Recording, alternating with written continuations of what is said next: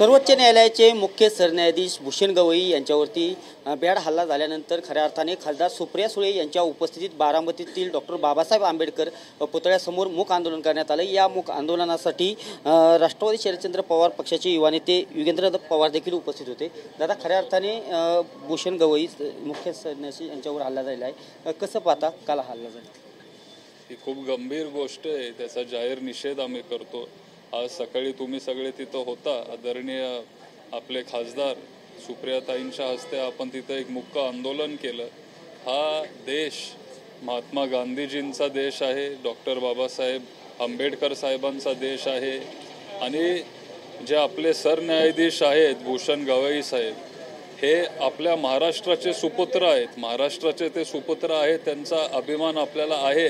पण ते ह्या देशाचे हे चीफ जस्टिस आहेत, सरन्यायाधीश आहेत, त्यांच्यावर जर असा हल्ला होत असेल तर मग हे खूप चुकीचं आहे आणि त्याचा जाहीर निषेध आम्ही सगळे करतोय। दादा, स्थानिक स्वराज्य संस्थेच्या निवडणुका लवकर येत आहेत, विशेषतः नगरपंचायतीसाठी काल पदं देखील डिक्लेअर झालेली आहेत। कशी राष्ट्रवादी शरदचंद्र पवार पक्षाची भूमिका असणार आहे? कारण आपण अनेक काळापासून लोकसभा असेल विधानसभा असेल कार्यरत, कशा पद्धतीने पुढची रणनीती असणार आहे?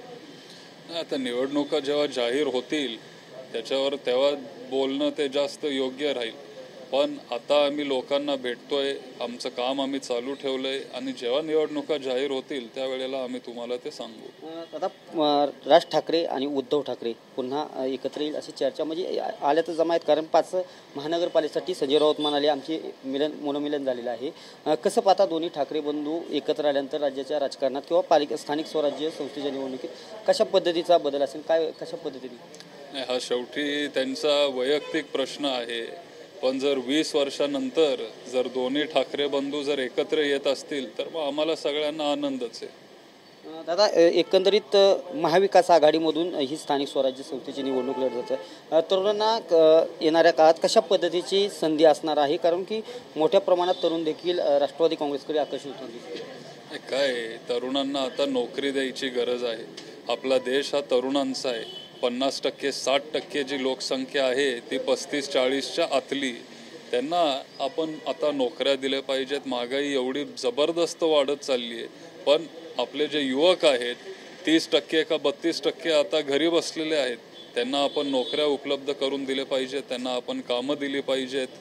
ह्या पद्धतीचं काम आम्ही सुरू केलंय आणि आता वाढवणार आहे। मराठा आणि ओबीसी सध्या जे आरक्षणासंदर्भात प्रश्न निर्माण झालेला आहे, एकंदरीत काल जरांगेंनी अशी टीका केली की भुजबळ आणि मुंडे अजित पवार यांचं राजकीय अस्तित्व संपवण्याचं काम करत आहेत, अशी मराठा आंदोलक जरांगेंनी टीका केली। कसं पाहता विधान?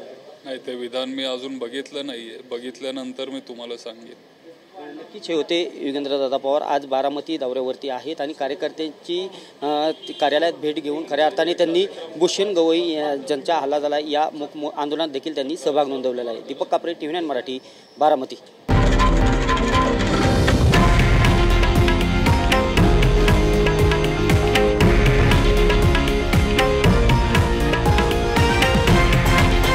हे आहे देशातील नंबर 1 न्यूज नेटवर्क आणि आपण पाहत आहात TV9 मराठी, एकमेव।